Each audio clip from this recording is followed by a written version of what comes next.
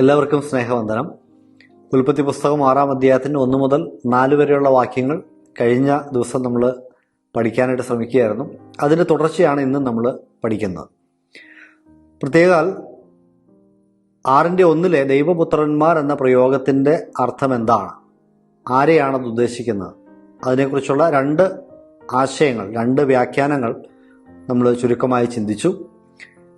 രാജാക്കന്മാരും സാധാരണ സ്ത്രീകളും, അതാണ് 1-ാമത്തെ വ്യാഖ്യാനം. എന്നാൽ കുറച്ചുകൂടി സ്വീകാര്യമായ വ്യാഖ്യാനം, ശേത്തിന്റെ വംശപാരമ്പര്യത്തിൽ ജനിച്ച വിശ്വാസികളും കയീന്റെ പരമ്പരയിൽ ജനിച്ച അവിശ്വാസികളായ സ്ത്രീകളുമാണ് ഇവർ. അപ്പോൾ ദൈവത്തിന്റെ പുത്രന്മാർ എന്നത് വിശ്വാസികളെ കുറിക്കുന്ന പ്രയോഗമാണ്. അതിൻ്റെ ബലഹീനതകളെക്കുറിച്ചും ന്യായങ്ങളെക്കുറിച്ചും ഒക്കെ നമ്മൾ ചുരുക്കമായി ചിന്തിച്ചു. ഇന്ന് 3-ാമത്തെ വാദം, കുറച്ചുകൂടി പ്രബലമായൊരു വാദം, എൻ്റെ പഠനത്തിൽ എനിക്ക് കുറച്ചുകൂടി സ്വീകാര്യമായി തോന്നിയ വാദം 3-ാമത്തെ വ്യാഖ്യാനമാണ്. അവിടെ ദൈവപുത്രന്മാർ എന്നത് വീണുപോയ ദൂതന്മാരെ കുറിക്കുന്നു എന്ന ആശയമാണ്. ബൈബിളിലെ മറ്റു പല വേദഭാഗത്തെ പരാമർശങ്ങളും എല്ലാം ചേർത്ത് വെച്ച് പഠിക്കുമ്പോൾ ഇതാണ് കുറച്ചുകൂടി സ്വീകാര്യം എന്ന നിഗമനത്തിലാണ് ഞാൻ എത്തിച്ചേർന്നിരിക്കുന്നത്. നിങ്ങൾക്ക് സ്വാതന്ത്ര്യമുണ്ട്, ഇതിലേത് ന്യായം വേണമെങ്കിലും സ്വീകരിക്കാം.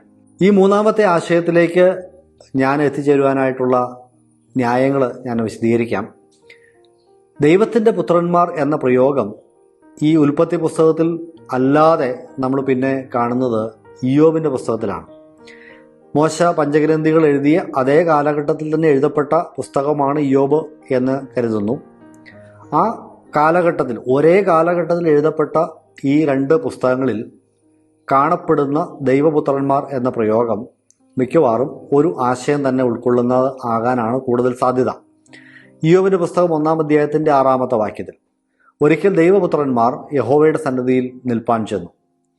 2-ാം അധ്യായത്തിന്റെ 1-ാമത്തെ വാക്യം, ഇയ്യോബിന്റെ പുസ്തകം തന്നെ, പിന്നെയും ഒരു ദിവസം ദൈവത്തിന്റെ പുത്രന്മാർ യഹോവയുടെ സന്നിധിയിൽ നിൽപ്പാൻ ചെന്നു. ഈ വാക്യത്തെക്കുറിച്ച് ആർക്കും സംശയമില്ല, ആർക്കും ചോദ്യമില്ല. ഇത് ദൈവദൂതന്മാരെക്കുറിച്ച് തന്നെയാണ് എന്ന് പറയാൻ കഴിയും. 38-ാമത്തെ അധ്യായത്തിലേക്ക് വരുമ്പോൾ അവിടെ വീണ്ടും ഈ ദൈവപുത്രന്മാർ എന്ന ദൂതന്മാരെ വിളിച്ചിരിക്കുന്നതായി ഇയ്യോബിന്റെ പുസ്തകം നമ്മളോട് പറയുകയാണ്. സമകാലിക എഴുത്തുകളിൽ, ഒരേ കാലഘട്ടത്തിൽ എഴുതപ്പെട്ട ഈ 2 പുസ്തകങ്ങളിലും ദൈവപുത്രന്മാർ എന്ന പ്രയോഗം കാണുന്നു. അതിൽ ഇയ്യോബിന്റെ പുസ്തകത്തിൽ വ്യക്തമായി അത് ദൈവദൂതന്മാരെ കുറിക്കുന്നു എന്നും മനസ്സിലാക്കാൻ സാധിക്കുന്നു. അതുകൊണ്ട് ഈ 6-ന്റെ 1 ദൈവപുത്രന്മാരും ദൈവദൂതന്മാർ തന്നെ ആകാനാണ് കൂടുതൽ സാധ്യത. അവിടെയും നമുക്ക് കുറച്ചുകൂടി ഒന്ന് വിശദീകരിച്ചാൽ, സാത്താനോട് ചേർന്ന് വീണുപോയ ദൂതന്മാരാകാനാണ് കൂടുതൽ സാധ്യത എന്ന് മനസ്സിലാക്കാം. ഇനി ഇതിന് സമാന്തരമായ മറ്റൊരു വേദഭാഗം യൂദായുടെ ലേഖനത്തിലെ 6-7 വചനങ്ങളാണ്. ആ വാക്യങ്ങളും ഈ വാക്യങ്ങളും ചേർത്ത് വയ്ക്കുമ്പോൾ നമുക്ക് ഒരു യോജിപ്പ് കാണാനായിട്ട് സാധിക്കും, അല്ലെങ്കിൽ ഒരു കണക്ഷൻ ഇതുമായിട്ട് കാണാനായിട്ട് സാധിക്കുന്നതാണ്. യൂദായുടെ ലേഖനത്തിലെ 6-7 വാക്യങ്ങളിൽ അവിടെ തങ്ങളുടെ വാഴ്ച കാത്തുകൊള്ളാതെ വീണുപോയ ദൂതന്മാരെ കുറിച്ച് പറയുന്നത് ദൈവം അവരെ ചങ്ങലയിട്ട് സൂക്ഷിച്ചിരിക്കുന്നു, അവരെ ബന്ധിച്ചിരിക്കുന്നു എന്നാണ്. സാത്താനോടൊപ്പം വീണുപോയ ദൂതന്മാരെ മുഴുവനും ബന്ധിച്ചിരിക്കുന്നു എന്നൊരാശയമല്ല നമ്മൾ ബൈബിളിൽ കാണുന്നത്. അവർക്കിപ്പോഴും പ്രവർത്തിക്കാൻ സ്വാതന്ത്ര്യമുള്ള വാഴ്ചകൾ, അധികാരങ്ങൾ, സ്വർലോകങ്ങളിലെ ദുഷ്ടാത്മസേന എന്നൊക്കെ എഫേസ്യ ലേഖനം 6-ാം അധ്യായത്തിൽ നമ്മൾ കാണുന്നു.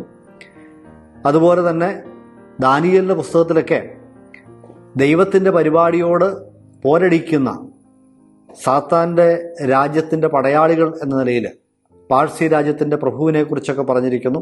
അപ്പം അങ്ങനെയൊക്കെയുള്ള അധികാര സ്ഥാനങ്ങൾ ഈ വീണുപോയ ദൂതന്മാരുടെ ഇടയിൽ ഹൈറാർക്കി ഉണ്ട് എന്നൊക്കെ നമുക്ക് കാണാൻ സാധിക്കുന്നതാണ്.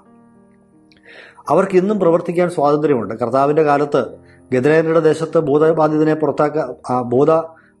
നിന്ന് ഭൂതത്തെ പുറത്താക്കാൻ ചെല്ലുമ്പോൾ അവർ ഭൂതങ്ങൾ ചോദിക്കുന്ന ഒരു ചോദ്യമുണ്ട്, സമയത്തിന് മുമ്പ് ഞങ്ങളെ പീഡിപ്പിക്കാനായിട്ട്, ഉപദ്രവിക്കാനായിട്ട് വന്നതാണോ എന്ന് ചോദിക്കുന്നുണ്ട്. അപ്പോൾ അവർക്ക് ഇപ്പോൾ പ്രവർത്തിക്കാൻ സ്വാതന്ത്ര്യമുണ്ട്. അഥവാ വീണുപോയ സാത്താനും സാത്താന്റെ ദൂതന്മാർക്കും ഇപ്പോഴും പ്രവർത്തിക്കാനുള്ള സ്വാതന്ത്ര്യമുണ്ട്. അവരെല്ലാവരും ചങ്ങലയിലല്ല. എന്നാൽ യൂദായുടെ ലേഖനം 6-ാം അധ്യായത്തിൽ പറഞ്ഞിരിക്കുന്ന ഒരു കൂട്ടം ദൂതന്മാര് ദൈവം ചങ്ങലക്കിട്ട് സൂക്ഷിച്ചിരിക്കുന്നു. അവർ തങ്ങളുടെ വാഴ്ച, തങ്ങളുടെ നിലയിൽ നിന്ന് താഴേക്ക് വീണുപോയ ആളുകളാണ് എന്ന് പറഞ്ഞിരിക്കുന്നു.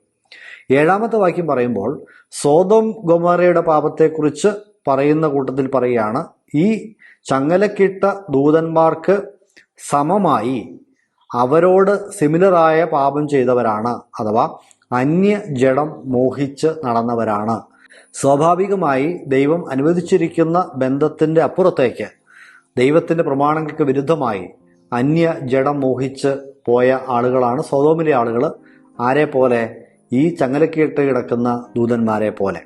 അപ്പോൾ ഈ യൂദ 6-7 ഉൽപ്പത്തി 6:1 ആയിട്ട് ബന്ധപ്പെട്ട് ചിന്തിച്ചാൽ എത്തിച്ചേരാൻ സാധിക്കുന്ന നിഗമനം ഇതാണ്. ഈ ദൈവപുത്രന്മാർ എന്ന പ്രയോഗം വീണുപോയ ദൂതന്മാരിൽ ഒരു കൂട്ടം ദൂതന്മാരെ കുറിച്ച്, ദൈവം ചങ്ങലക്കിട്ട് വെച്ചിരിക്കുന്ന ആ ഒരു കൂട്ടം ദൂതന്മാരെ കുറിച്ചാണ് പറയുന്നത് എന്ന് ചിന്തിക്കാം. എന്താണ് അവരുടെ പാപം? അവർ അന്യജഡം മോഹിച്ചു. അവർക്ക് വിഹിതമല്ലാത്ത ലൈംഗികമായ ബന്ധത്തിലേക്ക് മനുഷ്യരുടെ പുത്രിമാരെ ഭാര്യമാരായി സ്വീകരിക്കുന്ന ഒരു വലിയ തെറ്റിലേക്ക് അവർ വീണുപോയി എന്നാണ്. ഇവിടെയും വീണ്ടും ചോദ്യങ്ങളുണ്ട്. ദൂതന്മാർക്ക് ലൈംഗികമായിട്ടുള്ള ബന്ധത്തിന് കഴിവുണ്ടോ എന്ന ചോദ്യമാണ്. മത്തായിയുടെ സുവിശേഷം 22-ാം അധ്യായത്തിന്റെ 30-ാമത്തെ വാക്യത്തിൽ നമ്മുടെ കർത്താവ് തന്നെ പറയുന്നുണ്ട്, പുനരുദ്ധാനത്തിന് ശേഷം വിശ്വാസികൾ ദൈവദൂതന്മാർക്ക് തുല്യരാകും, അവരെ വിവാഹം കഴിക്കുകയോ വിവാഹത്തിന് കൊടുക്കുകയോ ചെയ്യുന്നില്ല എന്ന ഒരു പ്രയോഗമുണ്ട്, എന്നൊരു വചനമുണ്ട്. അതിന്റെ അടിസ്ഥാനത്തിൽ പലരും ചിന്തിക്കുന്നത് ദൂതന്മാർക്ക് മനുഷ്യ സ്ത്രീകളുമായി ബന്ധപ്പെടാനായിട്ട് സാധിക്കുകയില്ല, അതിനുള്ള കഴിവ് അവർക്കില്ല എന്നാണ്. എന്നാൽ കർത്താവ് പറഞ്ഞത് അതിനുള്ള കഴിവില്ല എന്നല്ല, അവരങ്ങനെ ചെയ്യുന്നില്ല എന്നാണ്. അപ്പോൾ കഴിവുണ്ടോ ഇല്ലയോ എന്നുള്ളത് വേറൊരു ചോദ്യമാണ്. ഇനി ഈ ദൈവപുത്രന്മാർ വീണുപോയ ദൂതന്മാരാണ് എന്ന ന്യായം വിശ്വസിക്കുന്ന ആളുകൾ പറയുന്നത്, ഇതിനുള്ള ഉത്തരമായിട്ട് പറയുന്നത്, അവർ നേരിട്ട് ദൂതന്മാർ ഇറങ്ങി വന്ന് നേരിട്ട് മനുഷ്യ സ്ത്രീകളെ ഭാര്യമാരായി എടുത്തു എന്ന് ചിന്തിക്കണമെന്നില്ല. ഈ വീണുപോയ ദൂതന്മാർ, ഈ ഭൂതങ്ങൾ മനുഷ്യരെ ബാധിച്ചിട്ട് ആ മനുഷ്യർ തങ്ങൾക്ക് ബോധിച്ച സ്ത്രീകളെ ഭാര്യമാരായി എടുത്തു. അപ്പോൾ ഈ ഭൂതബാധിതരായ മനുഷ്യർ സാധാരണ സ്ത്രീകളുമായി ബന്ധപ്പെട്ട് അവർക്ക് ഉണ്ടായ മക്കളുടെ കാര്യമാണ് പിന്നീടുള്ള വാക്യങ്ങളിൽ പറയുന്നത് മല്ലന്മാർ എന്നും വീരന്മാരെന്നും പറയുന്ന കൂട്ടം. കാരണം സ്വാഭാവികമായ ഒരു സ്ത്രീ പുരുഷ ബന്ധത്തിൽ ഉണ്ടാകുന്ന കുട്ടികൾക്ക് മല്ലന്മാർ എന്ന്, അല്ലെങ്കിൽ ഇത്തരത്തിൽ ദുഷ്ടത കൂടിയ ആളുകളെന്നോ ആകാര വലിപ്പത്തിൽ വ്യത്യാസമുള്ള ആളുകളെന്നോ പറയാനായിട്ട് നമുക്ക് സ്വാഭാവികമായിട്ട് ബുദ്ധിമുട്ടാണ്. ഇങ്ങനെ അസാധാരണമായ എന്തോ ഒന്നായിരിക്കണം അവിടെ നടന്നത് എന്ന് ചിന്തിക്കുന്നു. അങ്ങനെ ചിന്തിക്കാനാണ് കൂടുതൽ ന്യായമുള്ളത്. ഈ ബന്ധത്തിലുണ്ടായ മക്കളെക്കുറിച്ച് പറയുമ്പോൾ, മനുഷ്യരെക്കുറിച്ച് പറയുമ്പോൾ, അവര് നെഫീലീംസ് ആയിരുന്നു, അല്ലെങ്കിൽ ജയൻസ് ആയിരുന്നു, മല്ലന്മാരായിരുന്നു എന്ന് മലയാള പരിഭാഷ. ഈ നെഫീലീം എന്ന എബ്രായ വാക്കിന് മറ്റുള്ളവരുടെ മേൽ ചാടി വീണ് ആക്രമിക്കുന്നവർ, ഫെലോൺസ് എന്നൊക്കെയാണ് അർത്ഥം.